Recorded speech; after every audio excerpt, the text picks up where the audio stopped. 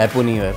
Happy new year क्या हो गया फैसल? वो उन्होंने बोला कि मैंने मजाक किया था, उन्होंने उसी से यू टर्न ले लिया। So it really doesn't bother. And that only sometimes in the year, ये पूरे साल में ये नहीं होता, अवेलेबल नहीं होता। तो वहाँ इन्वेस्टिगेशन करना और उसकी recording was quite an effort. हुकूमत के पास कोई पेशकश है देने के लिए पीटीआई को, लेकिन वो आई नहीं। खसरा का जो हिफाजती टीका है वो 9 मंथ एंड 15 मंथ पे लगता है। वो ले रहा है ब्रेक। नहीं, ये नहीं करना होता है यार।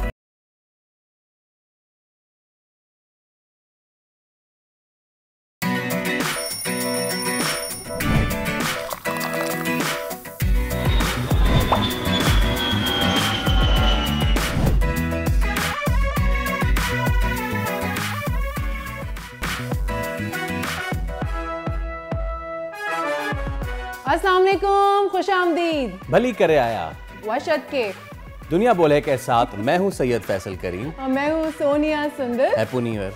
हैप्पी न्यू ईयर क्या हो गया फैसल? आज हैप्पी न्यू ईयर के गुजरे ज़माने हो गए, अब तो दूसरा महीना शुरू होने वाला है, फरवरी स्टार्ट होने वाला है। नहीं, मैं वो वाले नहीं, दूसरे वाले हैप्पी न्यू ईयर की बात कर रहा हूँ जो लूनर कैलेंडर का होता है, which is the Chinese calendar. यानी कि आज है चाइनीज़ हैप्पी न्यू ईयर। तो नी हाओ सबको बहुत बहुत, जितने भी चाइनीज़ ओरिजिन के लोग हैं उनको a very happy new year. कमरी कैलेंडर के हिसाब से ये कैलेंडर चलता है। और इस हिसाब से भी दुनिया भर में चीनी ओरिजिन के बाशिंदे जहाँ जहाँ भी होंगे वहाँ वहाँ इसको सेलिब्रेट करेगा। और मज़े की बात, अब आपने जो न्यू ईयर आया था वो एक दिन सेलिब्रेट किया होगा, 2 दिन सेलिब्रेट किया होगा, 31st दैट्स इट, या बहुत फर्स्ट। लेकिन ये जो है ये पूरे 15 दिन तक सेलिब्रेट किया जाता है। सोचें क्या जबरदस्त बात है। 15 डेज। और इसको ना वैसे इस साल जो है उसको सांप का साल कहा जा रहा है। अच्छा, मतलब ये हर साल किसी न किसी एनिमल से मंसूब किया जाता है। जो चीनी जो एस्ट्रोलॉजी है, इल्म नजूम, उसमें ना 12 साइंस हैं, 12 एनिमल्स। उनमें से एक जो है छठा,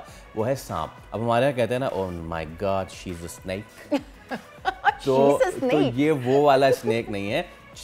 चीनी सकाफत में जो है सांप को अक्लमंदी, हिदायत, चालाकी और तब्दीली के इस्तारों में शुमार किया जाता है। वैसे टॉपिक से हटके थोड़ा आपने कहा ना oh my God she is a snake, मुझे लग रहा है बोल एंटरटेनमेंट की अगली कहानी पे ना आप ही आने वाले हैं।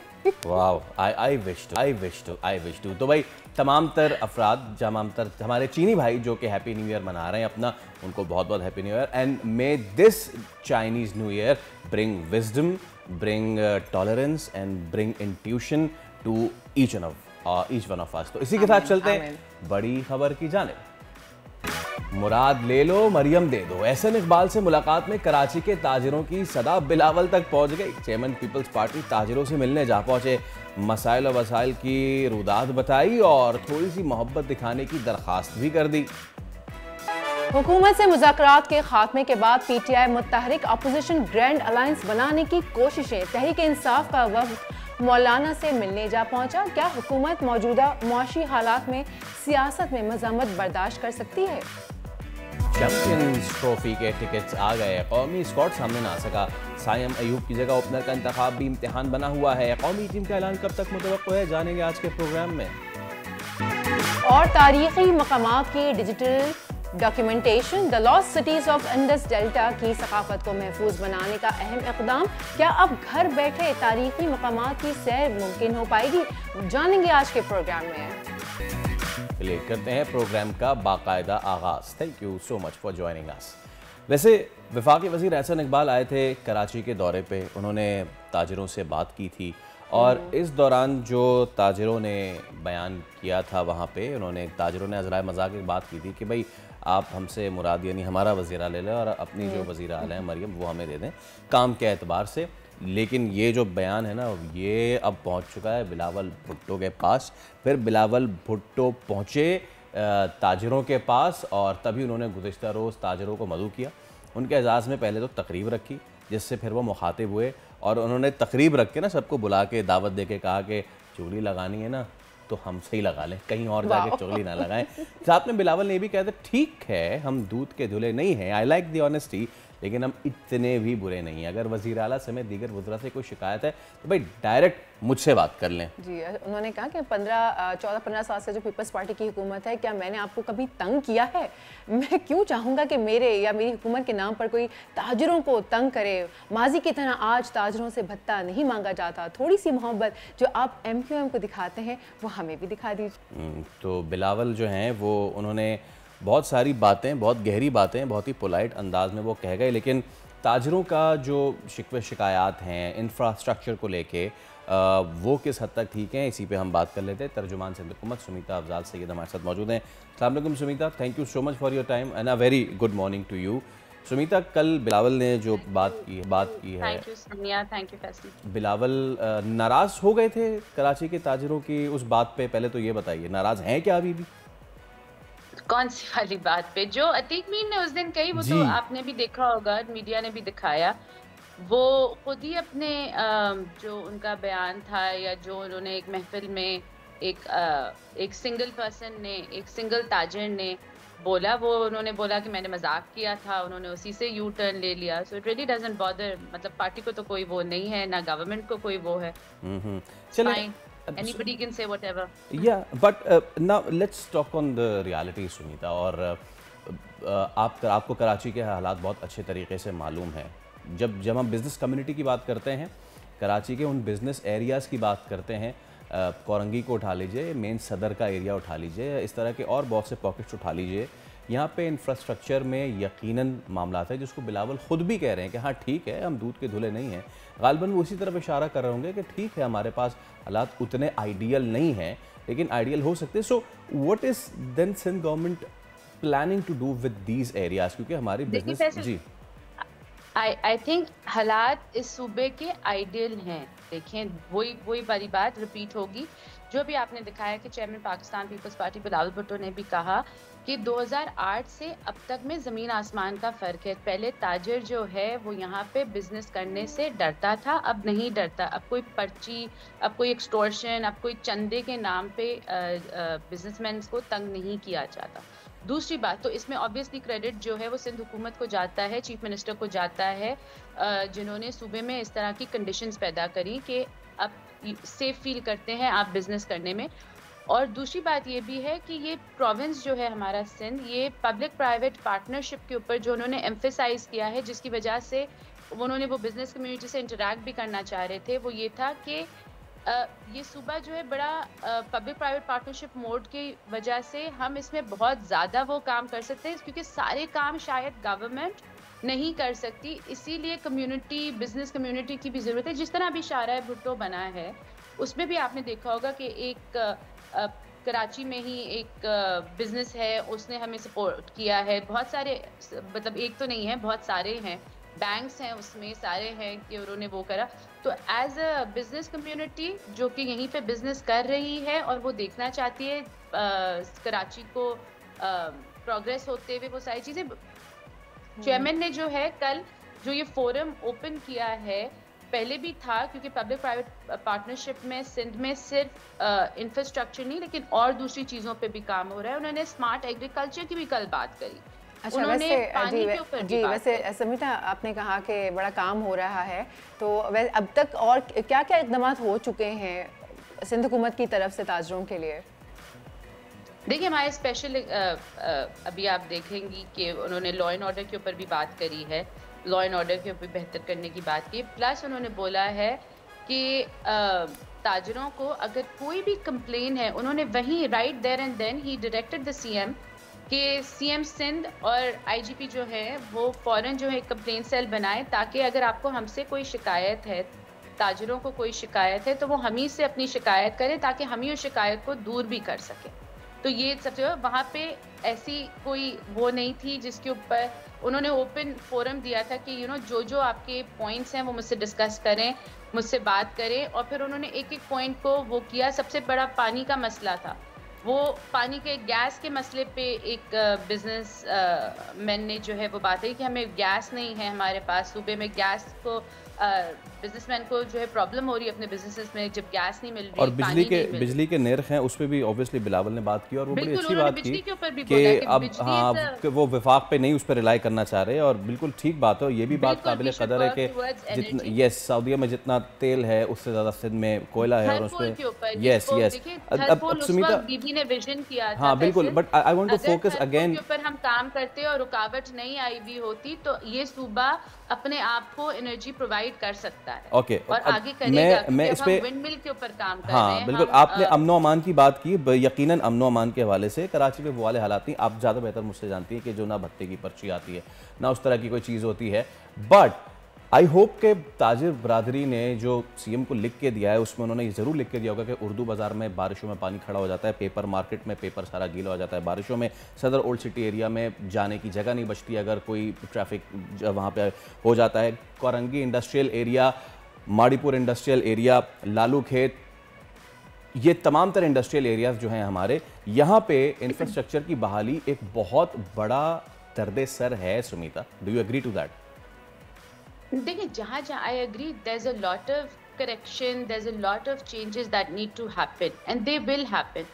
और जिस तरह से लॉ एंड ऑर्डर सिचुएशन थी पहले, मतलब बहुत बड़ा एक प्रॉब्लम था, उसको टैकल कर लिया। ये जो छोटे प्रॉब्लम्स हैं, ऑब्वियसली इसको the chief minister is going to look at it, और अब ये जो एक कंसेंसस और मिलना मिलाना का ये जो शुरू हो गया है with the business community, obviously बहुत सारी चीज़ें आप देखेंगे जो बिजनेस कम्युनिटी को चाहिए वो बेहतर होंगी। यहाँ से कुछ प्रपोजल्स होंगे, जैसे एनर्जी की मैंने बात करी कि उसी वक्त जो है बहुत सारे लोग इंटरेस्ट शो करने लगे बिजनेस कम्युनिटी, और फिर मिलना शुरू करेंगे, और इस तरह के आप आगे देखेंगे। स्मार्ट एग्रीकल्चर के ऊपर उन्होंने वो किया, वो भी होगा। लेकिन you are right, Karachi is a बहुत बड़ा सिटी है, मेट्रोपॉलिटन सिटी है, पाकिस्तान की सबसे बड़ी सिटी है। यहाँ के मसाइल भी बड़े हैं, लेकिन इसको हल करने के लिए सिर्फ एक ही गवर्नमेंट है, वो है सिंध गवर्नमेंट, क्योंकि फेडरल गवर्नमेंट आपको वो नहीं देती। उन्होंने पानी की भी बात की, पानी हम वैसे ही, Karachi is on the tail end, जब आप टेल एंड पे हैं तो वैसे ही आपको पानी नहीं मिल रहा। और उसके बाद जो है फिर उन्होंने कनाल्स के ऊपर भी बात करी। उन्होंने तो ये भी बोला कि हमें तो आज तक फेडरल हुकूमत ने हमें वो पानी दिया ही नहीं जिसका जो हमारा ड्यू शेयर है। हमें गैस भी हम प्रोड्यूस करते हैं और हमें उसका भी वो शेयर नहीं मिलता। ये सारी चीज़ें बेहतर होंगी इंशाल्लाह, बट इसमें बिजनेस कम्युनिटी भी अपना रोल प्ले करेगी, क्योंकि बिलावल साहब ने ये भी कहा था कि मैं तो जाऊंगा, इसके ऊपर बात करूंगा, हमेशा बात करूंगा। मैं चाहता हूं मेरे साथ बिजनेस कम्युनिटी भी उसी तरह खड़ी हो और मेरे साथ चले, ताकि हम ये अपना मुकदमा लड़ सकें। ठीक है, बहुत शुक्रिया सुमिता अफजाल सैयद, तर्जुमान सिंध हुकूमत हमारे साथ मौजूद थी। It was a pleasure having you. तो जनाब आली, मेरे ख्याल से वो जो एक अज़राए मजाक बात हुई थी, बिलावल ने उसको सीरियस लिया, और फिर जब बिलावल ने सीरियस लिया तो फिर ताजिर बरादरी ने भी मामला को सीरियस लिया। The end of the story, the moral of the story is कि अगर कोई आपसे शिकवा कर रहा है तो उसके पीछे वजूहत ज़रूर होंगी। वो तमाम तर लोग जो घर में बैठे इस वक्त देख रहे हैं, वो एक बार ये जो तमाम तर मैंने एरियाज़ लिस्ट किए हैं, from Urdu Bazaar to furniture market to paper market, Saddar old city area, Korangi industrial area आप आ जाएँ, माड़ीपुर इंडस्ट्रियल एरिया चले जाएँ, रोड इंफ्रास्ट्रक्चर नहीं है। रोड इंफ्रास्ट्रक्चर नहीं होगा, बिल्डिंग इंफ्रास्ट्रक्चर ठीक नहीं होगा, मज़ा नहीं आएगा, और इसीलिए कारोबार माजरत के साथ कराची से शिफ्ट होता है। चलिए जी, अब ब्रेक लेते हैं। ऐसा ही है, और वक्त हो जाता है एक छोटी सी ब्रेक का। ब्रेक लेते हैं, ब्रेक के बाद वापस आते हैं।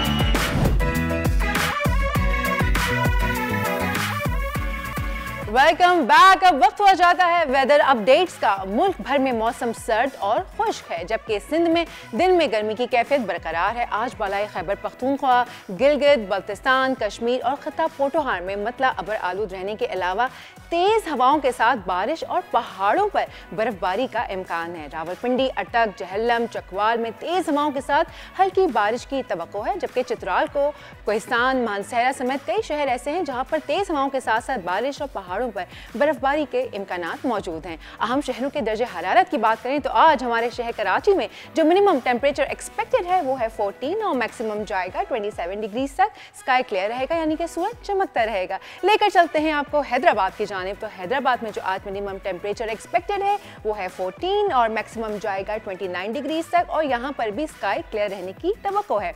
मीरपुर खास की अगर मैं बात करूं तो मीरपुर खास में आज जो मिनिमम टेम्परेचर एक्सपेक्टेड है वो है 12 और मैक्सिमम टेम्परेचर जाएगा 29 डिग्रीज तक और स्काई जो है वो यहाँ पर भी क्लियर रहेगा।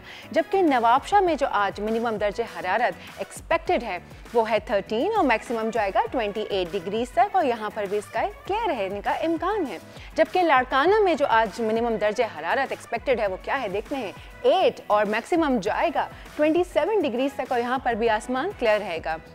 जबकि गवादर में जो आज मिनिमम टेम्परेचर है वो है 16 और मैक्सिमम जाएगा 25 डिग्रीज तक और यहाँ पर भी आसमान साफ रहेगा।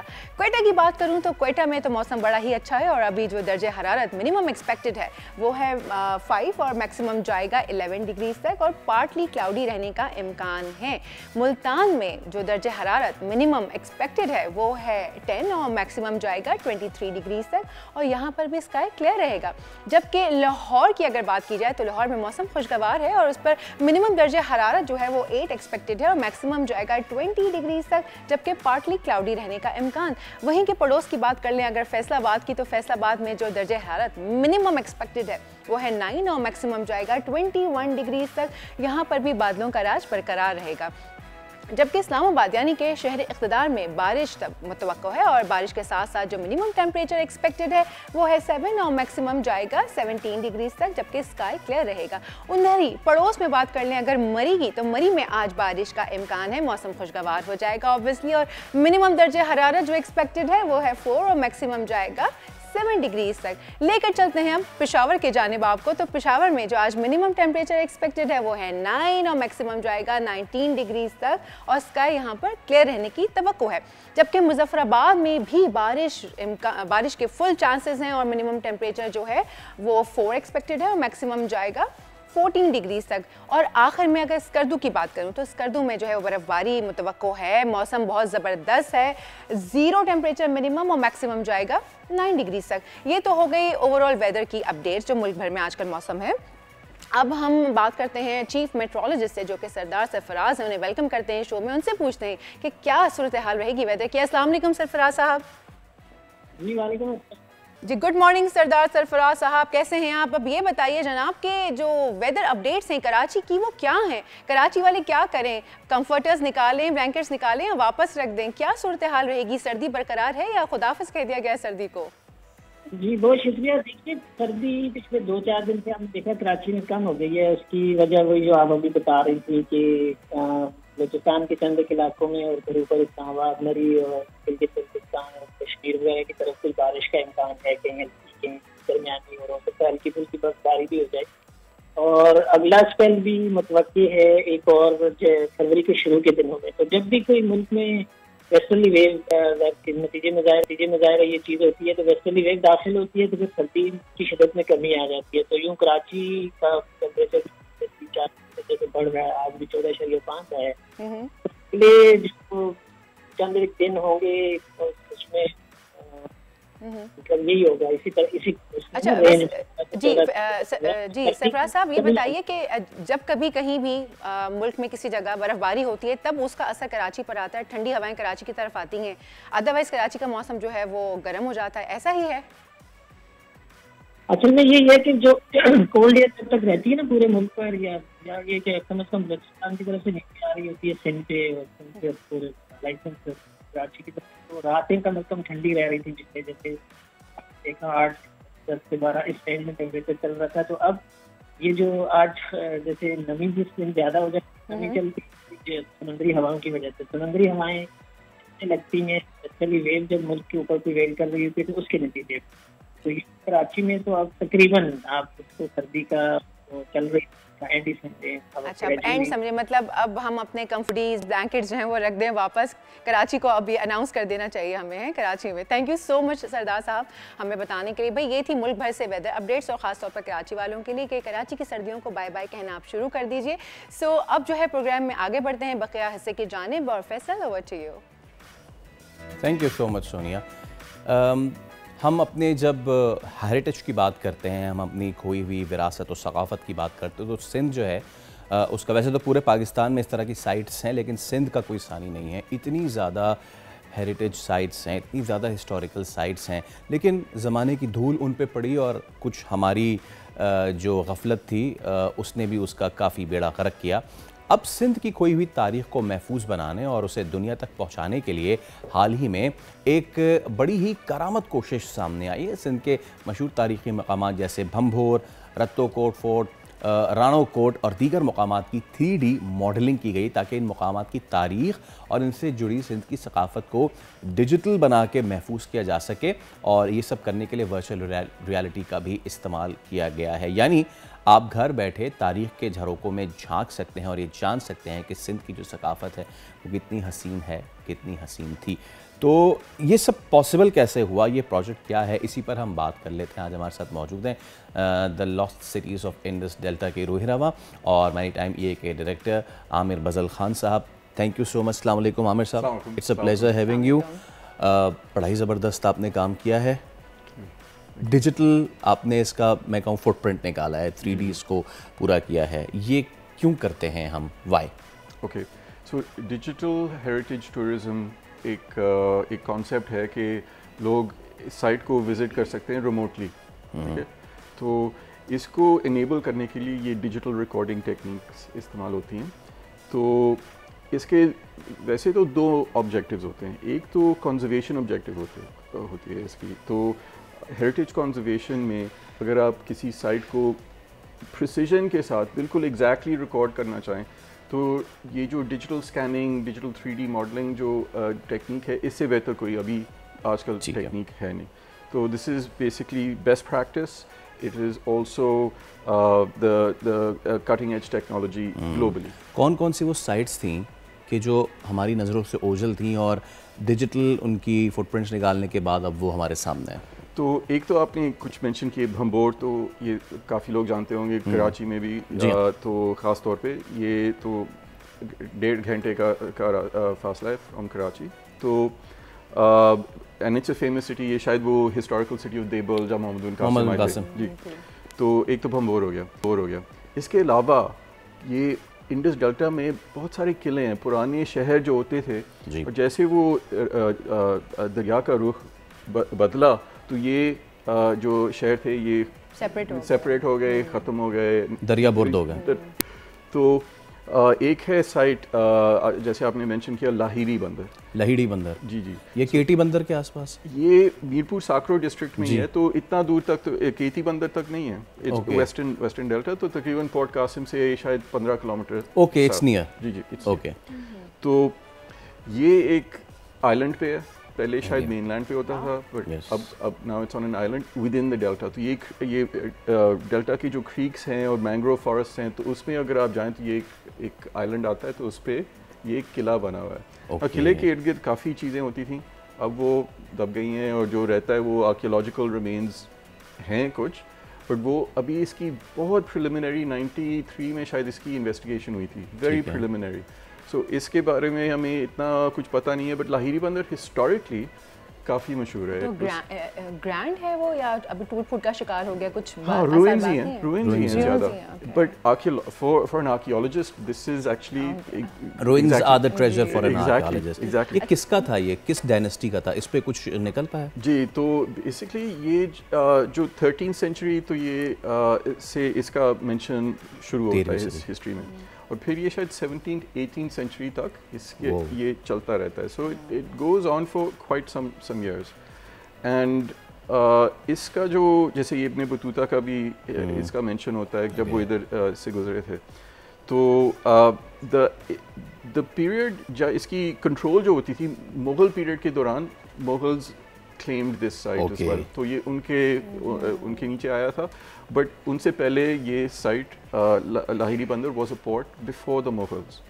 So maybe Sumer period as well. अच्छा, वैसे आमिर साहब आपने कहा कि इसमें वर्चुअल रियलिटी का भी सहारा लिया गया, वो थोड़ा सा बताएं, वो किस तरह से आप लोगों ने किया है? तो एक तो हमने ये 3D मॉडल्स बनाए, तो इसमें इसके लिए we take thousands of photographs. So one site has something like 25,000 photos. Wow. And then we combine all of that. तो वो सॉफ्टवेयर में वो 3D मॉडल बनता है, फिर वो एक जो VR होता है, वो जो स्टेप होता है from once you have the model, फिर वो VR के लिए it's just one click of a button, तो फिर वो VR के तौर पे आप व्यू कर सकते हैं। Okay. तो फिर आप नेविगेट कर सकते हैं आगे, you can explore the site digitally. Okay, आपने एक लहड़ी बंदर का जिक्र किया जी। और कौन सी साइट्स हैं, मतलब कि हर साइट की अपनी एक कहानी अपनी कहानी है इस वक्त। तो ये एक रतुकोट एक साइट है जो इब्राहिम हैदरी से कराची से शायद 10 किलोमीटर से ज़्यादा नहीं होगा। इब्राहिम हैदरी से right here. Okay, so it's only ये जो 10 kilometre in the sea. Okay, so Mushak island पे है। It's the next island over, so not the one facing Ibrahim Hyderi, उससे पीछे। तो वो भी शायद ससेनियन पीरियड का किला शायद हो, तो प्री इस्लामिक। वाओ। सो उसका जो फर्स्ट फेज अगर समझ लें, then there is a site जो लोग कहते हैं जाम जास्कर गोट के नाम से। ठीक है। हिस्टोरिकल नाम उसका तो ये है नहीं, नो वन नोज़, ये किसी मैप पे भी नहीं है। तो इसमें ये कुछ ये नॉटेड कूफिक जैसे एक इंग्रेविंग्स हैं जो मिली थी आर्कियोलॉजिस्ट को। तो हमने आर्कियोलॉजिस्ट को इंटरव्यू किया जिन्होंने इस पे काम किया था 90s में। तो वो भी बहुत प्रिलिमिनरी, शायद उन्होंने कुछ विजिट्स किए, कुछ रिकॉर्डिंग की, उधर कोई एक्सकवेशन या ऐसे कुछ काम अभी तक हुआ नहीं है। और ये जाम जास्कर गोट पानी के नीचे होता है, इट्स एक्चुअली सबमर्ज्ड। तो जब लो टाइड पे आप आते हैं, and that only sometimes in the year, ये पूरे साल में ये नहीं होता, अवेलेबल नहीं होता। तो वहाँ इन्वेस्टिगेशन करना और उसकी recording was quite an effort, but is it the lost city of Sindh? My God, मुझे तो आमिर साहब इंडियाना जोन्स मालूम हो रहे हैं। I mean outstanding। हमारे पास आमिर साहब क्योंकि वक्त की कमी है, लेकिन आपने जितनी बातें बताई हैं, this is fascinating, outstanding. I hope कि आप जो ये काम कर रहे हैं फिर इसको फिजिकली भी हम रिस्टोर कर सकें। मेरा तो सीधा जो होता है वो ये होता है कि इससे कितनी टूरिज्म जो है वो कितना हो सकता है। तो thank you so much sir, thank you so much for coming, it was a pleasure having you. तो जनाब देख लें आप, मुझे तो देखना है वहाँ जाके, मैं तो कुछ और इतना आसान नहीं है दोस्त। लेकिन अब ब्रेक का वक्त हो गया, ब्रेक देखने ब्रेक में आपको मैं बताता हूँ कि वहाँ पे जजीरों पे जाना कितना मुश्किल होता है।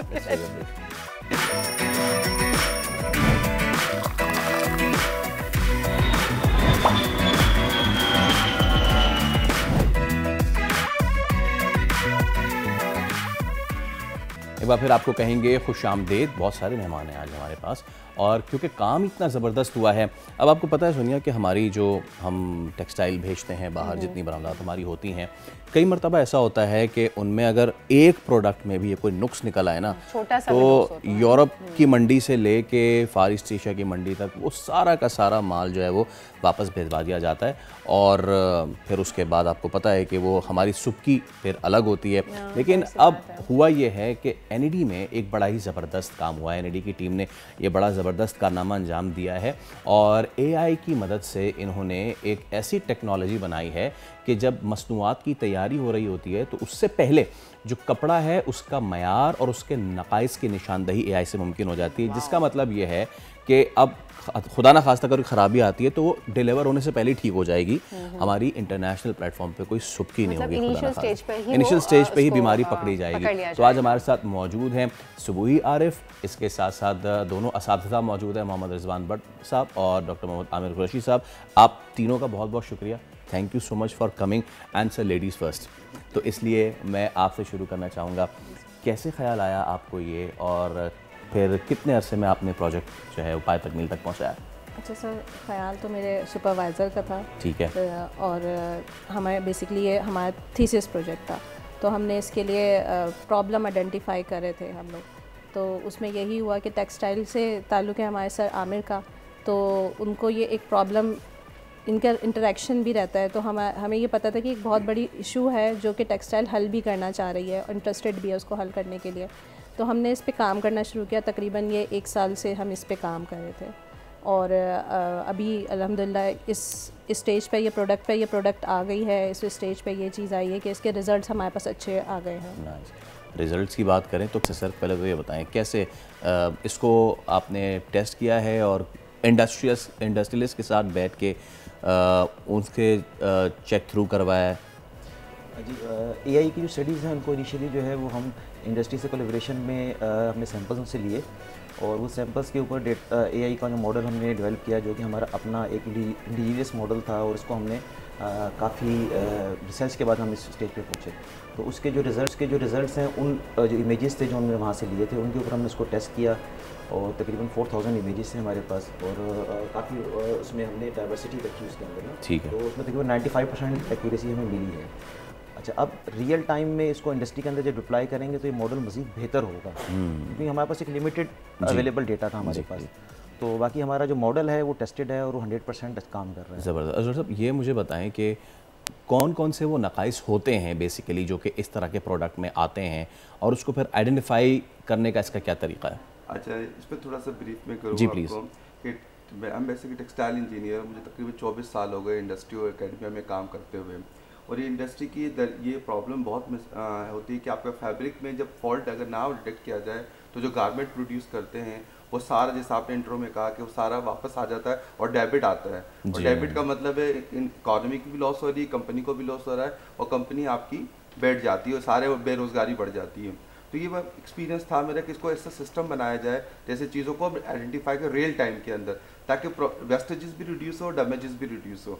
तो इसके जो बेसिक जो फॉल्ट होते हैं अभी तक इंडस्ट्री में जो काम हो रहा है उसके अंदर हमारे पास जो टेक्सटाइल इंडस्ट्री है, एक ग्रे फैब्रिक बना रही होती है, ठीक है, एक डाइट फैब्रिक बना रही होती है, एक प्रिंटेड फैब्रिक बना रही होती है। ये तीनों टाइप की इंडस्ट्री में हमारे प्रॉब्लम्स आ रहे होते हैं ड्यू टू स्ट्रेनिंग इशू। अगर डाइंग प्रिंटिंग है, straining is a big problem due to handling, greasing के, ऑयल के स्टेन आ जाए जिससे पूरा प्रोडक्ट आपका डैमेज हो जाता है। अगर मैन्युफैक्चरिंग की बात करूँ, फैब्रिक मैन्युफैक्चरिंग की, तो उसमें पिन होल्स हैं, आपके ब्रोकन थ्रेड्स हैं, आपके रीड मार्क्स हैं, वो सारे मार्क्स ऐसे होते हैं जो वर्क को, क्वालिटी को उसकी डिटोरिएट कर देते हैं हमारे प्रोडक्ट की, और फैब्रिक भी वेस्टेज जाता है, उससे गारमेंट भी डेवलप नहीं हो पाता है आपका।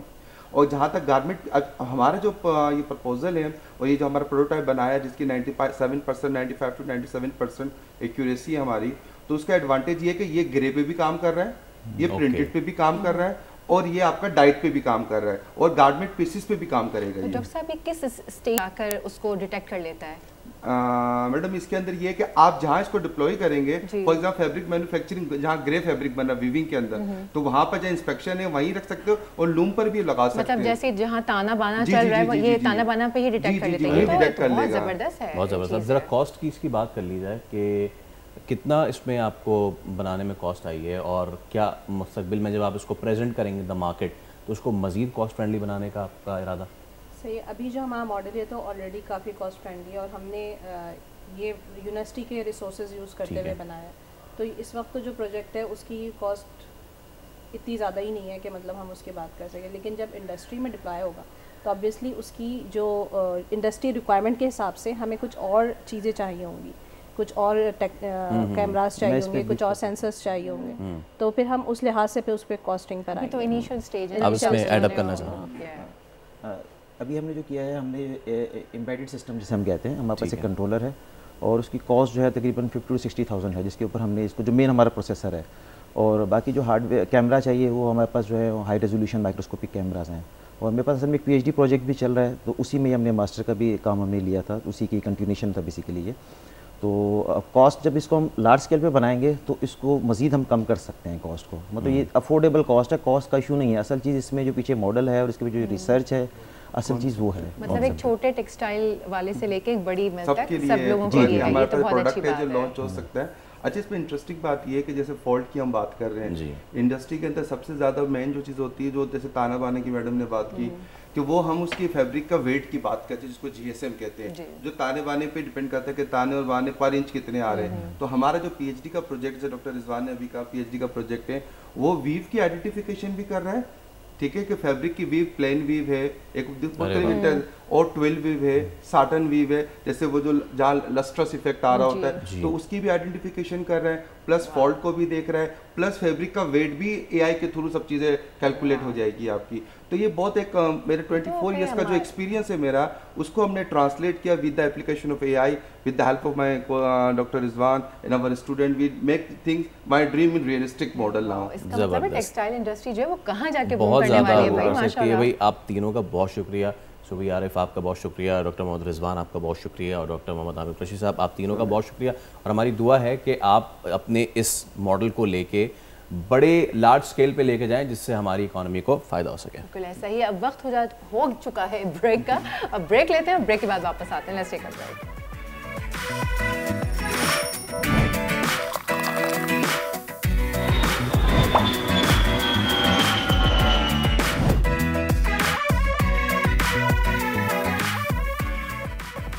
आप देख रहे हैं प्रोग्राम दुनिया बोला है। एक बार फिर खुशामदीद और हमारे साथ जुड़े रहने के लिए आपका बहुत बहुत शुक्रिया। लेट्स हैव अ पॉलिटिकल जाइब नाउ। मुल्क की सियासी सूरत हाल की बात करें तो हुकूमत और पीटीआई के दरमियान होने वाले मुज़ाकरात अब हो चुके हैं ख़त्म।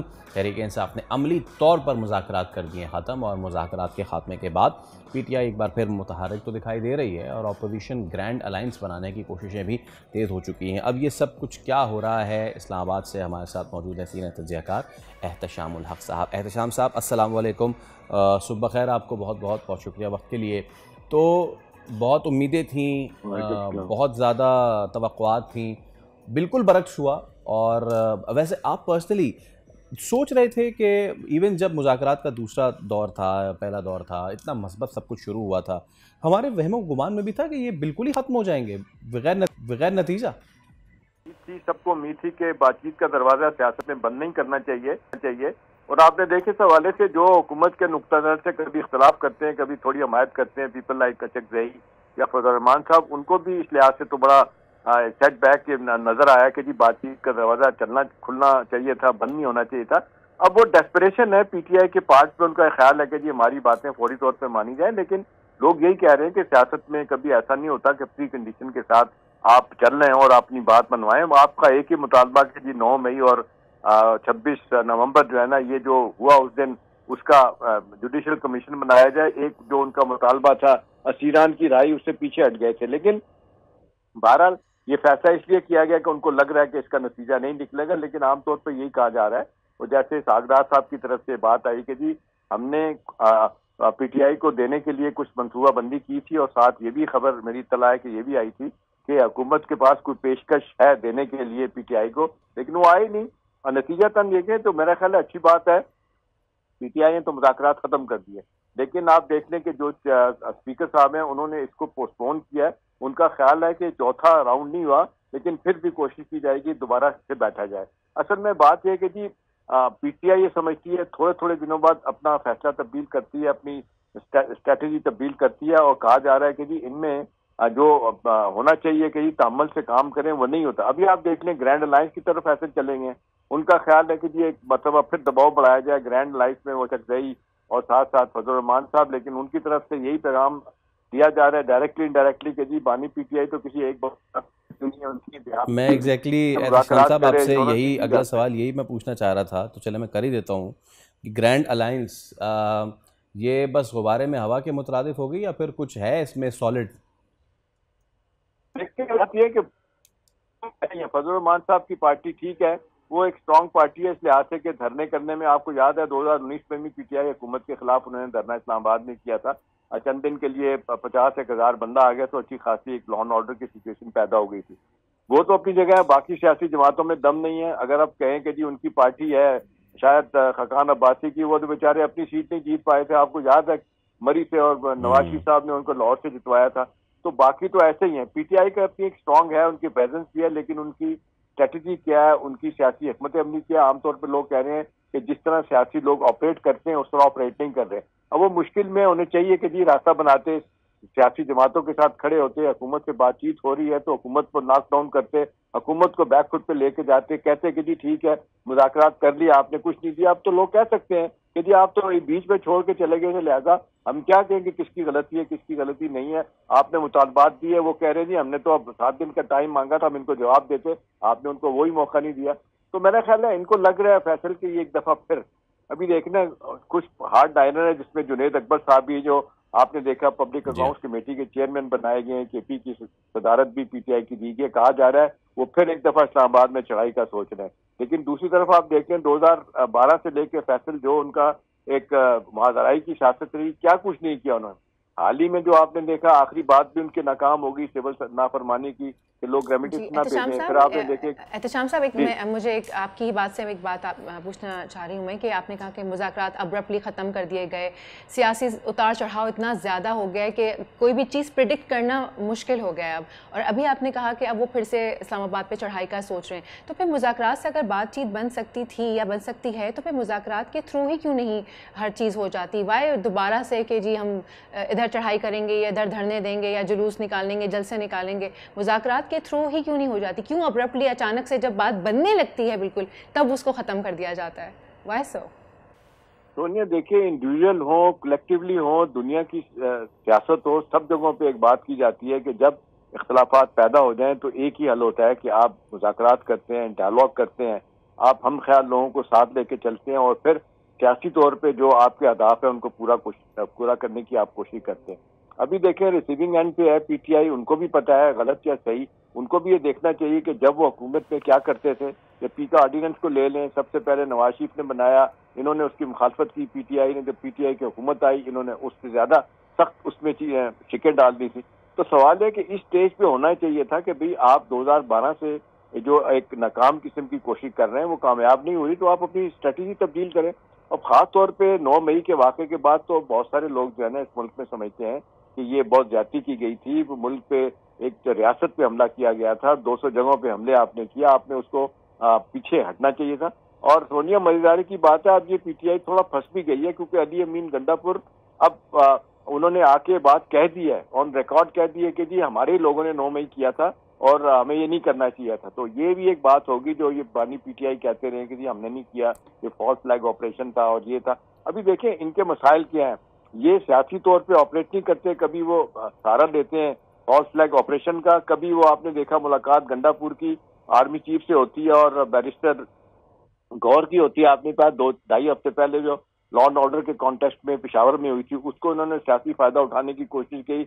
और आपने देखा जेल में बैठ के इसमें इमरान खान ने कहा था कि जी बहुत अच्छी मुलाकात हुई है, उसके बाद फिर उन्होंने आपने देखा अब्रप्ट रिएक्शन, जो आपके सवाल का जवाब है सोनिया, अब्रप्ट रिएक्शन, फिर इन्होंने सिपह सलाल के खिलाफ बयान दिया, रियासत के खिलाफ बयान दिया। सवाल यह है कि ये सियासी लोगों की तरह ऑपरेट नहीं कर रहे, और मसला यह है कि इन्होंने सियासी जमात बनने नहीं दिया अपनी पीटीआई को, ये रॉक स्टॉक के तौर पे ऑपरेट करते हैं, ये फैन क्लब बनाया हुआ है, कल्ट फॉलोइंग है इनकी। नतीजतन यह है कि इनकी सफरिंग बढ़ रही है। अब सियासत में सारे लोग कहते हैं कि जी गिव एंड टेक के बगैर आप अपना आदाब अपने सियासी पूरा नहीं कर सकते। लेकिन ऐसा यकीनन नहीं लग रहा कि गिव एंड टेक वाली पॉलिसी एहतशाम नहीं लग रही, सिर्फ टेक वाली है और गिव वाली तो कोई नहीं। Thank you so much Ehtesham साहब, आप हमारे साथ मौजूद थे और अपने नजरिए से आगाह कर रहे थे ना। अब ब्रेक का वक्त हो गया ना सोनिया? ब्रेक का वक्त हो गया, छोटी सी ब्रेक लेते हैं, ब्रेक के बाद हाजिर होते हैं। Let's take a break.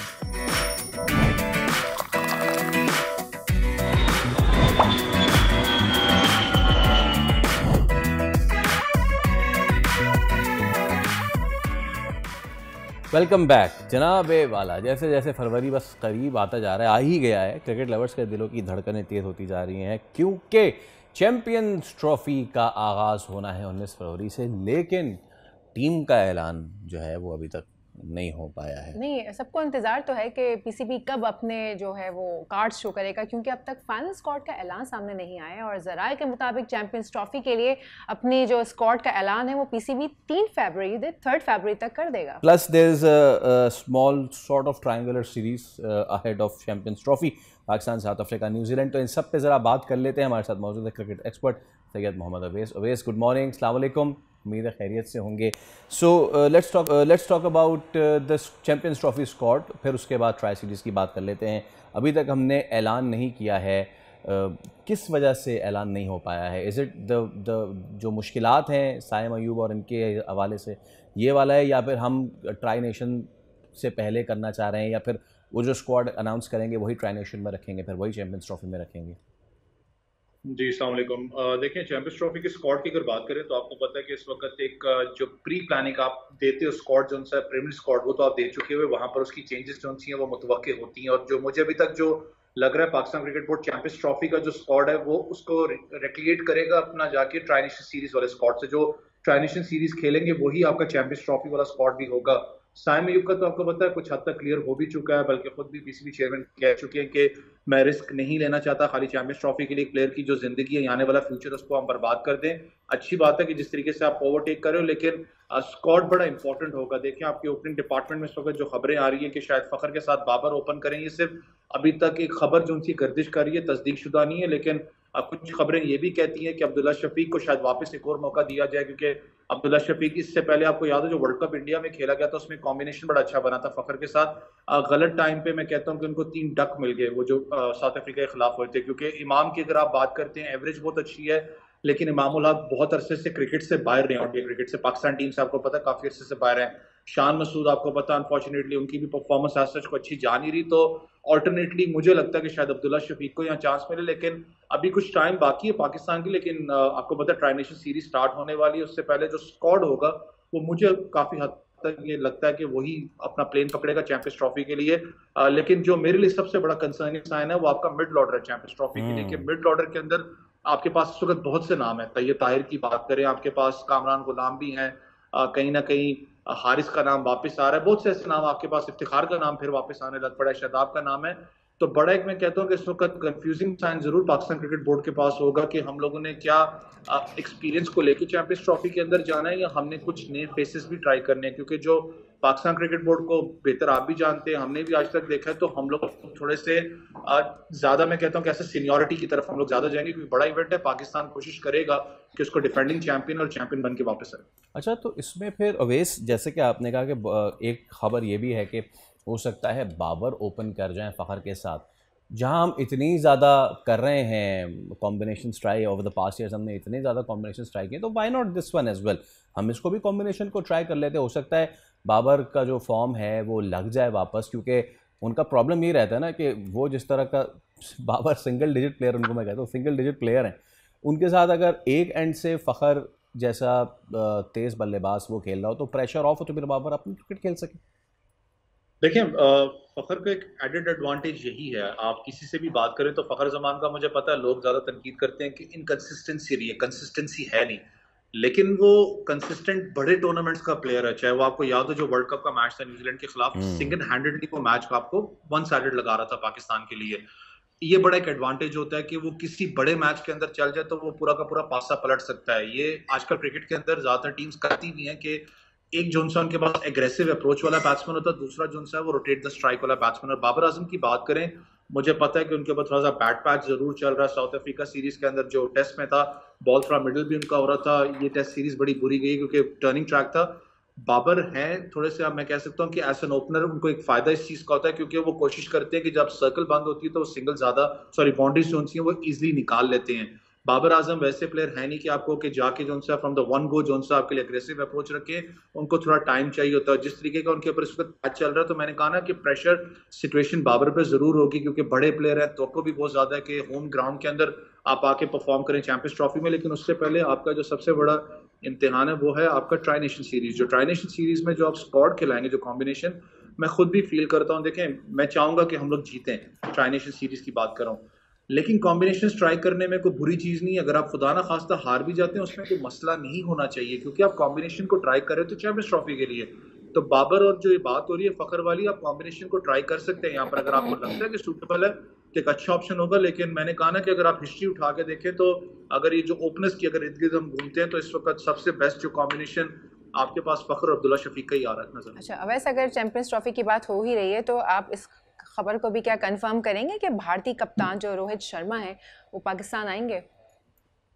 देखिए इस वक्त तो सिर्फ वो हवा में ही बात है। आपको पता है इंडियन मीडिया इस वक्त इसको उछाल रहा है कि जी वो आएंगे वहां पर। आपको पता है इससे पहले ब्लेजर वाला मामला हुआ था कि जी अपना ब्लेजर के ऊपर जो है वो नहीं लगाया जाएगा टैग पाकिस्तान का। फिर खबरें आई कि शायद रोहित शर्मा जो है वो पार्ट होंगे कॉन्फ्रेंस के, लेकिन अभी तक कोई, मैंने कहा ना, कंफर्मेशन एज सच नहीं है। ऑफिशियल कंफर्मेशन आपको पता है वो मायने रखती है, लेकिन जितनी सूरत हाल है मुझे नहीं लगता कि रोहित शर्मा पाकिस्तान में आके प्रेस कॉन्फ्रेंस करेंगे। हाँ, ये अलबत्ता जरूर है कि जो आईसीसी के चेयरमैन है जय शाह, वो ओपनिंग सेरेमनी में जरूर पाकिस्तान में आएंगे।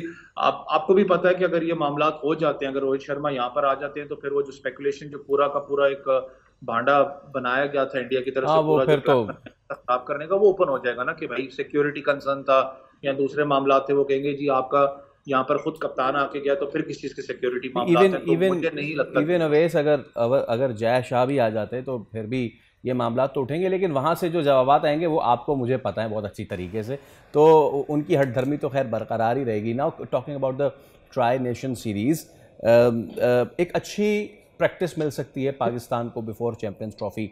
उन तमाम, एक तो उन ताज़ा जो ग्राउंड्स बने हैं उनमें मैचेस होंगे, जो स्क्वायर्स हैं वो हमें पता होंगे कि किस तरह का होगा। सो पाकिस्तान के लिए एक अच्छी प्रैक्टिस इसको समझा जाए। देखिए एक अच्छी बात है कि अगर आप पाकिस्तान की स्पेसिफिकली अगर पाकिस्तान टीम की बात करें तो पाकिस्तान टीम ने सबसे ज्यादा मैचेस खेलने थे चैंपियंस ट्रॉफी से पहले। 19 के करीब पाकिस्तान ने टेस्ट मैच पाकिस्तान ने ओडीआई मैचेस खेलने थे। इसको मिला के मैं कह रहा हूँ ट्राई नेशन सीरीज को, तो प्रैक्टिस आपकी बहुत अच्छी है।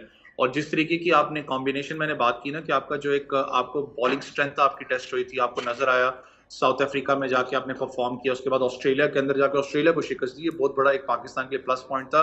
लोग स्लो एंड स्टडी रेट करने वापस पाकिस्तान टीम को स्टार्ट हो गए हैं कि पाकिस्तान टीम फेवरेट है, चैंपियंस ट्रॉफी में अपनी होम कंडीशन में खेल रही है।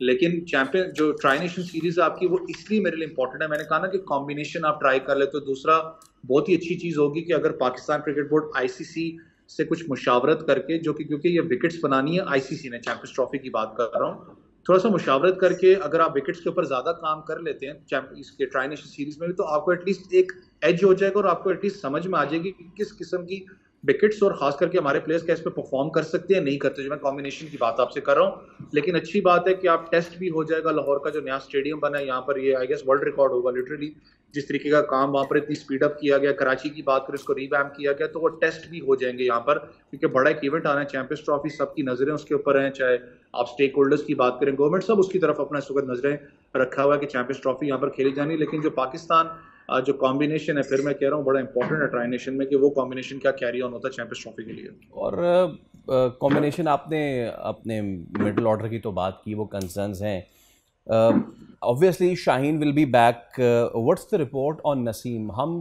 हमारी जो बॉलिंग बैटरी है वो क्या होने जा रही है चैंपियंस ट्रॉफी में? देखिए नसीम शाह का तो मुझे पता है कि उनका थोड़ा सा इशू आपको पता नजर आ रहा था उनकी, खास करके आप बात करें इंजरी का, क्योंकि वो इंजरी से वापस आए थे, वर्कलोड मैनेजमेंट की बात होती है, आपको थोड़ा सा अच्छा भला रेस्ट यहाँ पर मिल चुका है। मसला आपको ओडीआई क्रिकेट के अंदर नहीं है, मसला सारा का सारा आपको पता है टेस्ट क्रिकेट के अंदर है। आपके टेस्ट क्रिकेट के अंदर एज सच कोई अभी बॉलर्स मौजूद ही नहीं है जो कि आपको ना कि फ्रीक्वेंटली 145 को टच कर रहे हो, 140 को टच कर रहे हो। आपके लड़कों ने डिक्रीज कर दी अपनी पेस, क्योंकि पता लगता है कि मैच फिटनेस आपकी टेस्ट क्रिकेट के लिए नहीं है।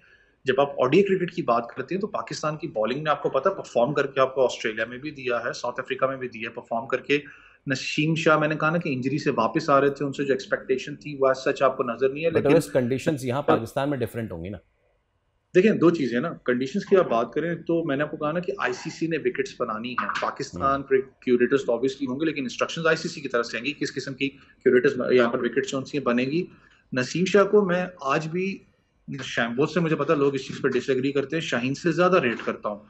आपको याद हो जब शाहीन शाह अफरीदी नहीं थे तो नसीम शाह ने आपका पूरा का पूरा दारोमदार जो पेस बैटरी का संभाला था लिटरली परफॉर्म करके दिया, चाहे वो पेस से हो, चाहे इन स्विंग और आउट स्विंग की बात आप करें, चाहे स्लोअर रन की बात करें। वो बड़ा एक स्पेल आपको याद होगा विराट कोहली वर्सेस नसीम शाह, आपको याद हो दुबई स्पोर्ट्स सिटी के अंदर, बड़ा क्रूशियल स्पेल था, तो वो चीज आपको नजर आती है। लेकिन अच्छी बात है कि आपके प्लेयर्स को यहाँ पर रेस्ट मिला है। लेकिन विकेट्स जिस तरीके के स्क्वाड इस वक्त अनाउंस हो रहे हैं, चाहे आप इंग्लैंड की बात कर लें, चाहे आप ऑस्ट्रेलिया की स्क्वाड की बात करें, तो पता लगता है कि उनके ज़हन में एक ही चीज़ है कि फायर पावर होगा। क्योंकि आईसीसी, मुझे पता है बायसनेस, हम जब बात करते हैं कि बॉल एंड बैट के बीच में आपको बैलेंस ज़रूरी है, लेकिन जब डिमांड ऑफ क्रिकेट की बात करें, आजकल जो demand of cricket by the spectators है वो यही होती है कि हाई स्कोरिंग गेम हो, चेज भी हो रहा हो, छक्के चौके लग रहे हो।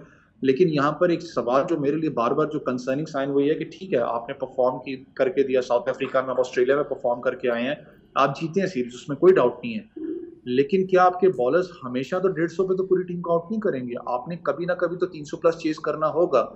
क्या इतनी सख्त है आपके मिडिल ऑर्डर के अंदर और ओपनिंग डिपार्टमेंट में? ओपनिंग डिपार्टमेंट तो आप चेंज हो जाएगा ना आपका, कि उसकी सख्त है कि वो चेज करने पे जाए। क्योंकि चेजिंग की अगर बात करूं तो पाकिस्तान, आपको पता है, गुड चेजर्स नहीं जाने जाते ओडीआई क्रिकेट के अंदर, हम स्ट्रगल करते हुए नजर आते हैं। इसलिए जो आपका मिडिल ऑर्डर है, खास करके आप 5वें 6ठे नंबर बैट्समैन की बात करते हैं, जहाँ पर आगा सलमान भी हैं, तैयब ताहिर का नाम है, बहुत से ऐसे नाम हैं जो वापस आ रहे हैं, इफ्तिखार की बात करेंगे, खुशदिल शाह का नाम वापस आ रहा है। बड़ा इंपॉर्टेंट होगा कि पाकिस्तान उसको किस तरीके से स्टेबलाइज करता है मिडिल ऑर्डर में।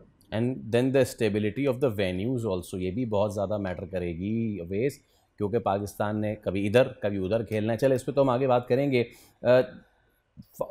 वैसे अगर मैं राइट नाउ आपसे पूछूं, before even the tri nation, कि चैंपियंस ट्रॉफी की फाइनल 11 में आप क्या देख रहे हैं, तो आप थोड़ा सा हमें बता सकते हैं? देखें मेरे लिए अगर पूल ऑफ क्रिकेट की बात करूं तो अच्छी बात है कि हालिया अरसे में आपने पूल ऑफ क्रिकेट बहुत ज़्यादा की है, प्लेयर्स आपके पास बैकअप बहुत ज़्यादा मौजूद है। टेस्ट क्रिकेट की बात नहीं कर रहा मैं, ODI cricket, white ball cricket की बात करूं कि आपके पास प्लेयर्स ज़्यादा आए हैं। मसला आपका सारा का सारा, फिर मैंने कहा ना कि आपका इस वक्त ओपनिंग डिपार्टमेंट का एक इशू आपको नजर आ रहा है। साइम, आपको याद हो इंजरी से पहले हम सब बात करने लग पड़े थे कि फखर और साइम अगर ओपन करेंगे तो वन ऑफ द बेस्ट आपको पार्टनरशिप नजर आएगी, कि फ्लाइंग बॉयंसी आपको नजर आएगी कि वो जो फायर पावर लेके बीच में आते हैं। मेरे लिए कंसर्निंग साइन फिर मैं कह रहा हूँ मिडल ऑर्डर है। मिडल ऑर्डर में क्या तैयब ताहिर वहां पर इंक्लूड होंगे, क्योंकि आगा सलमान भी हैं, रिजवान भी हैं, फिर आपको पता है कामरान गुलाम भी अपना डोमेस्टिक के अंदर परफॉर्म करके हैं। जरूर ये विकेट थोड़ी टफ थी जिसमें परफॉर्म नहीं कर सका, टेस्ट क्रिकेट की बात मैं कर रहा हूँ, लेकिन आपके पास प्लेयर्स का कॉम्बिनेशन बहुत ज्यादा है। लेकिन मुझे आज भी लगता है कि शायद एक दो सीनियर प्लेयर जो उनसे वापसी करे, शादाब खान की बात अगर मैं कर लूँ, शायद उनकी वापसी आपको नजर आ जाए। यहाँ पर जरूर उन्होंने बॉल से परफॉर्म नहीं किया, बैट से परफॉर्म अभी किया। डोमेस्टिक स्ट्रक्चर का अभी मैच हुआ था, इफ्तिखार और खुशदिल शाह पे बहुत ज्यादा बात हो रही है कि उनको पाकिस्तान टीम में वापस आना चाहिए, क्योंकि आज मैंने कहा ना बहुत से लोग शायद डिसएग्री इन चीजों से कर रहे हो, लेकिन वैसे फाइनल कॉम्बिनेशन क्या बनेगा ये तो बताइए ना। देखिए फाइनल कॉम्बिनेशन आपका वही होना कि अगर पेसर्स की बात करें, आपके पास हसनैन होंगे, शाहीन शाह अफरीदी या नसीम शाह हैं, उसके अलावा आपके पास क्या नाम है इसका, शाहीन शाह अफरीदी आ जाते हैं और हारिस रऊफ, चार आपके पास मौजूद है। स्पिन बॉलिंग ऑप्शन के अंदर आप आ जाएं तो आपके पास मैंने कहा ना शादाब खान का नाम वापस अब उठ रहा है, उसके अलावा सुफियान मुकीम एक बड़ा जबरदस्त आपके पास प्रॉस्पेक्ट है। लेकिन जब एक्सपीरियंस की बात करते हैं तो आप चैंपियंस ट्रॉफी में कोशिश करोगे कि हम एक्सपीरियंस के साथ दाखिल हो, क्योंकि बड़ा एक टूर्नामेंट है। अरफात मिन्हाज भी बड़ा एक अपना जबरदस्त एक आपके पास ऑलराउंडर की हैसियत से वो लड़का मौजूद है, लेकिन इरफान नियाजी की जो पोजीशन आपने दी हुई है छठे जब बैट्समैन की बात करते हैं, 7वें नंबर के बैट्समैन की, वहां पर आपको चाहिए होती है फ्लाई पॉइंट क्रिकेट, जो एग्रेसिव क्रिकेट खेल सके, जिसका स्ट्राइक रेट 160-170 को टच करे, उस पोजीशन की बात कर रहा हूँ। वहां पर थोड़ा सा मुझे फील अप होता है कि इरफान नियाजी के साथ आपको शायद इफ्तिखार अहमद या खुशदिल शाह जैसा बैट्समैन आपको जरूरत होगी, जो कि आपके लिए फायर पावर जो सा बीच में लेके आ सके। ठीक है Awais, thank you so much for your time. देखते हैं कि पाकिस्तान का स्क्वाड कब अनाउंस होता है और क्या अनाउंस होता है। प्रोबेबल 11 तो यही होने जा रही है, बट लेट्स सी जैसे जैसे वक्त करीब आता जा रहा है तैयारियां जो हैं वो जोरों शोर से जारी हैं। 11 के साथ एक 12 भी प्लेयर आ गया है, वो ले रहा है ब्रेक। साथ रहेगा लाभिस, नहीं ये नहीं करना होता है यार।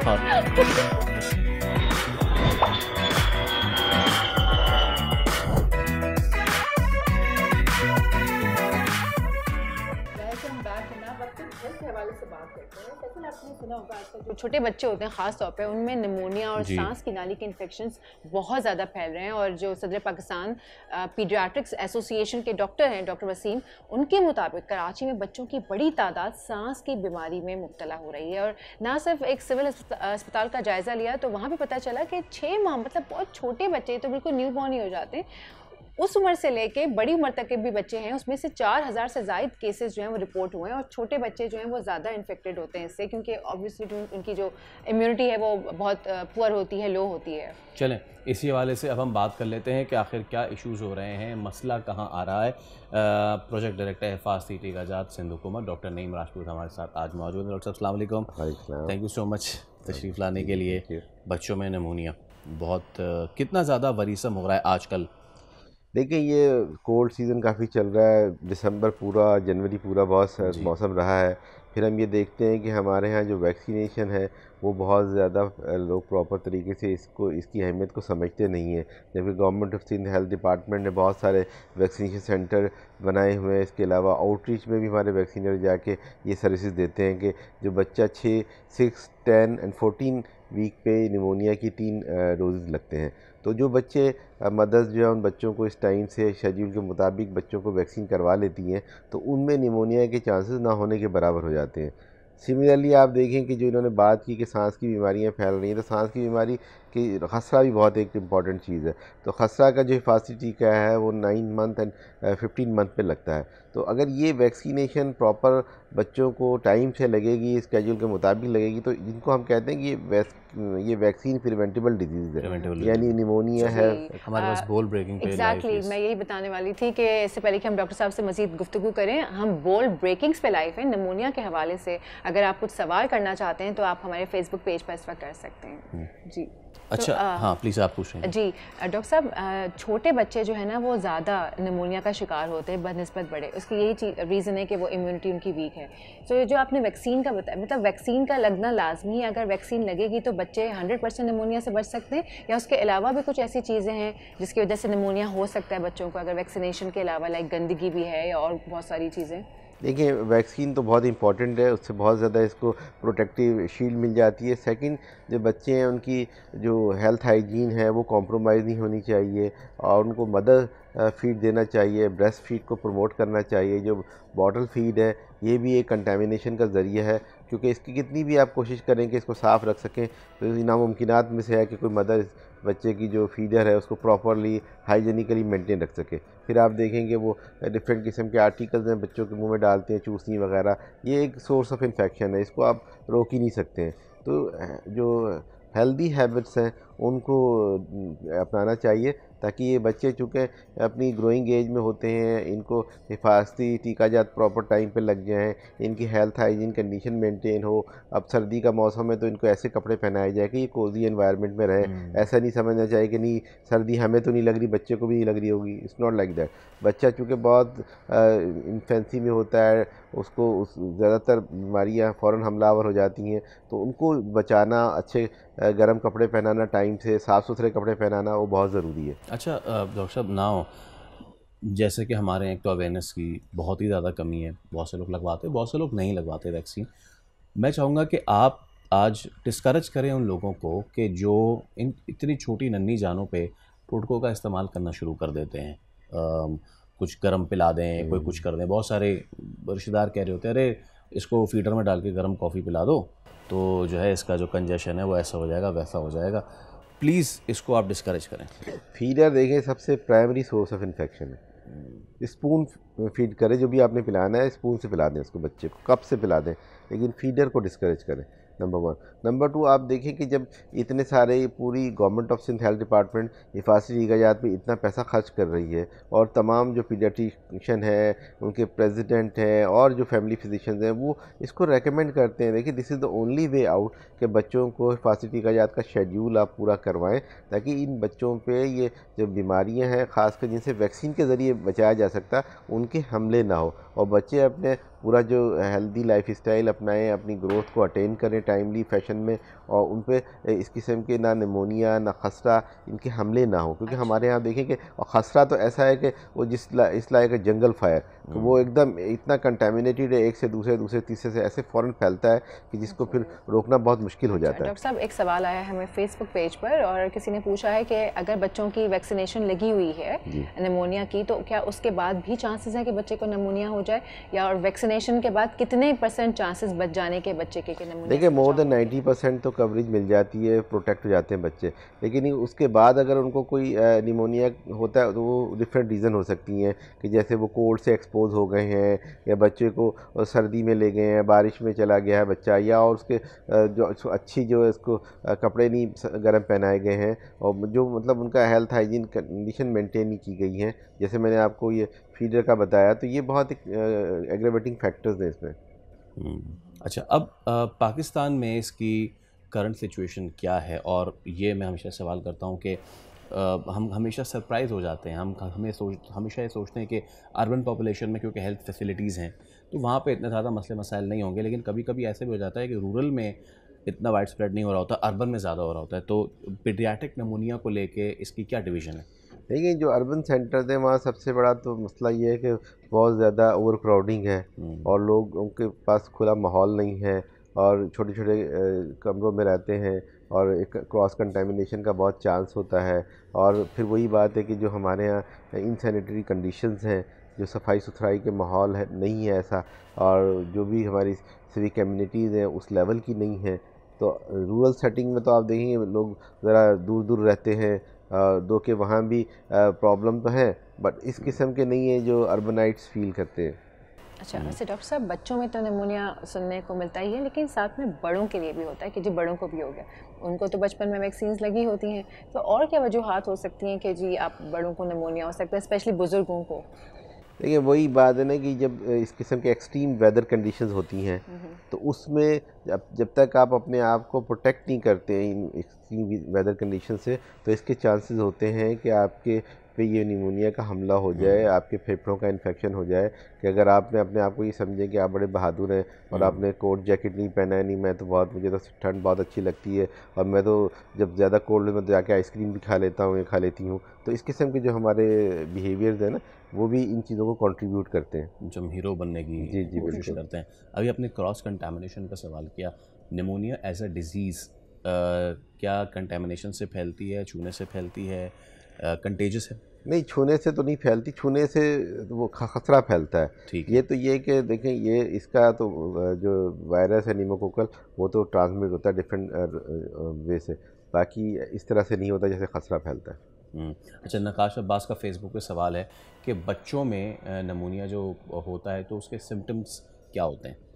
सबसे पहला सबसे मेन सिम्टम तो ये कि फीवर हो जाता है, हाई ग्रेड फीवर हो जाता है। जो रेस्पिरेटरी रेट है, जो सांस जो है वो तेज़ तेज़ चलना शुरू हो जाता है, और जब एक्सरे किया जाता है तो एक्सरे में उसकी टिपिकल फाइंडिंग नज़र आ जाती हैं। और जब भी ख़ास करके निमोनिया का अटैक हो, आप देखें बच्चे का सांस की प्रॉब्लम हो रहा है तो उसको क्वालिफाइड पीडियाट्रिशियन के पास लेके जाएं, फैमिली फिजिशियन के पास लेके जाएं। इधर उधर उसको लेके मत भागें। गवर्नमेंट के बहुत सारे ऐसे बच्चों के अस्पताल हैं, उनका रुख करें जहां फ्री ऑफ कॉस्ट ट्रीटमेंट होता है। और अगर वहां आप नहीं जाना चाह रहे तो आपके अगर विसिनिटी में मोहल्ले की सतह पे कोई पीडियाट्रिशियन मौजूद हो उसके पास जाएँ, क्योंकि जब सीवियर, इसको हम कहते हैं सीवियर डिजीज़ में आपको इंजेक्टेबल्स पे जाना होता है। वो सिरप से या टैबलेट्स वगैरह से उससे फ़र्क नहीं पड़ता है। फौरी तौर पे सीवियर डिजीज़ अगर हो गई है, बच्चे को सीवियर निमोनिया है, तो उसको आप इंजेक्टेबल से वो ट्रीट होगा। अच्छा, तो जब सब सेम कंडीशंस एंड सिम्टम्स बड़ों में भी होते हैं, जो बच्चों के होते हैं, एग्जैक्टली वही बड़ों का भी होगा? तेज़ बुखार, सांस का तेज़ चलना, वही सब? जी बिल्कुल, क्योंकि रेस्पिरेटरी रेट इस पर डिपेंड करता है ना। रेस्पिरेटरी रेट पे सारा पता चल जाता है कि ये इसकी जो है ना निमोनिया किस स्टेज पे है। अच्छा डॉक्टर साहब, क्योंकि आप एक ऐसे इदारे से ताल्लुक़ रखते हैं जो कि बड़ा हीरोइक काम कर रहा है, पाकिस्तान के सबब्स में जाके, कोने खदरों में जाके हिफाजती टीका जात के हवाले से आपका बड़ा नाम है, तो मैं चाहूँगा इस पर थोड़ा सा अपना भी बताइए कि आपका जो इदारा है वो किस तरीके से उन कोने कोनों में जाके इसकी वैक्सीनेशन कर रहे हैं। देखिए, हमारी 3 तरह की स्ट्रेटजीज़ हैं। हमारे वैक्सीनेशन सेंटर हैं जो फिक्स साइट्स पे हैं, जो हमारे गवर्नमेंट के हॉस्पिटल्स हैं, प्राइवेट हॉस्पिटल्स हैं, बेसिक हेल्थ यूनिट है, रूरल हेल्थ सेंटर्स हैं। इसके अलावा हमारी मोबाइल वैन्स हैं, उसके ज़रिए से हमारी वैक्सीनेटर मौजूद है। इसकी थर्ड जो है हमारी जो है आउटरीच सर्विसेज। हमारा वैक्सीनेटर जो है मुख्तलिफ़ सतह पे, मोहल्लों की सतह पे, मुख्तलिफ़ जगहों पे, कम्युनिटी सेंटर्स में वो जाता है और अपने जो भी उसके इर्द गिर्द के लोग होते हैं उसको उसने बताया हुआ होता है या वहाँ पब्लिसाइज़ करता है कि जी आज इस टाइम पे मैं यहाँ मौजूद हूँ, तो आप आके अपने बच्चों को हिफाजती टीकाजात लगवाएं। और हमारे वैक्सीनेटर के पास बाकायदा एक मोबाइल ऐप होती है कि जिसके ज़रिए वो सारा उन बच्चों का डेटा रिकॉर्ड करता है और उसको ये पता होता है किस बच्चे का किस दिन शेड्यूल है। फिर हमारा एक सेंट्रलाइज सिस्टम जिसके ज़रिए से इन बच्चों के पेरेंट्स को बाकायदा SMS अलर्ट जाते हैं कि भाई आपके बच्चे का शेड्यूल ये है हिफाजती टीकाजात का, आप सेंटर में तशरीफ़ ले आइए और अपने बच्चों को हिफाजती टीकाजात लगवा लें। तो और ये हमारी सिंध इलेक्ट्रॉनिक इम्यूनाइजेशन रजिस्ट्री है जो अलर्ट जाते। फिर हमारे कॉल सेंटर है, कॉल सेंटर पे 1166 पे वो अपनी अगर किसी को कंप्लेंट है, कोई इशू है या कोई शेड्यूल पूछना है या सेंटर के बारे में मालूमात हासिल करनी है, सेंटर के टाइमिंग के बारे में मालूमात हासिल करनी है, तो वो कॉल सेंटर से भी पता कर सकता है। अच्छा डॉक्टर साहब, वैसे एक चीज़ है कि जो दही इलाके हैं उन इलाकों में बच्चों को ज़्यादा निमोनिया होता है, ऐसा क्यों है? क्या अवेयरनेस की कमी है, कैंपेन्स की कमी है, क्या रीज़न क्या है? वहाँ पे क्यों ज़्यादा केसेस रिपोर्ट होते हैं? देखिए, एक तो वहाँ पे जो सेहत की सहूलतें सब ऑप्टिमल हैं, नंबर 1, क्योंकि पीडियाट्रिशियन हर जगह पे मौजूद नहीं है, अच्छे क्वालिफाइड डॉक्टर्स हर जगह मौजूद नहीं है। सेकंड जो है, जो हमारा हेल्थ का इंफ्रास्ट्रक्चर है या लोगों में इस चीज़ की आगाही की कमी है कि ये हिफाजती टीकाजात कितने इंपॉर्टेंट है, कितने government of Sindh health department more than 5 billion rupees annually इस पर खर्च करती है। ये यूनिसेफ के थ्रू ये वैक्सीन प्रोक्योर होती है और फिर हमारे सेंटर में बाकायदा एक कोल्ड चेन का पूरा प्रोसीजर है, यानी सारे रेफ्रिजरेटेड ट्रक्स में ये वैक्सीन जो है वो ट्रांसपोर्ट की जाती है, फिर वैक्सीन सेंटर में जाती है और वहाँ वैक्सीनेटर जो है पूरी हमारा जो ILR होता है उसमें रखा जाता है ताकि ये जो 2 to 4 डिग्री टेम्परेचर इसका मेंटेन है वैक्सीन का। तो तमाम तरह हिफाजती इक़दाम लेते हुए इस वैक्सीन को ताकि इसकी जो एफिकेसी है, इसकी पोटेंसी जो है वो कहीं कॉम्प्रोमाइज़ ना हो। तो गवर्नमेंट तो ये चाहती है कि कोई भी बच्चा जो है वो वैक्सीन से ना रह जाए, वो सेंटर पे भी आए, आउटरीच वाले वैक्सीनेटर से भी राब्ते में आ जाए, मोबाइल वैन के पास पहुंच जाएं लोग ताकि ज़्यादा लोग वैक्सीन करा लें। ठीक है doctor, thank you so much for your time, बहुत शुक्रिया आपका। तो भाई अपना ख्याल रखें, अपने बच्चों का बहुत ज़्यादा ख्याल रखें और हमें दीजिए इजाज़त, हमें दुआ में याद रखिए। कल आपसे होगी मुलाकात होगी। अल्लाह हाफ़िज़।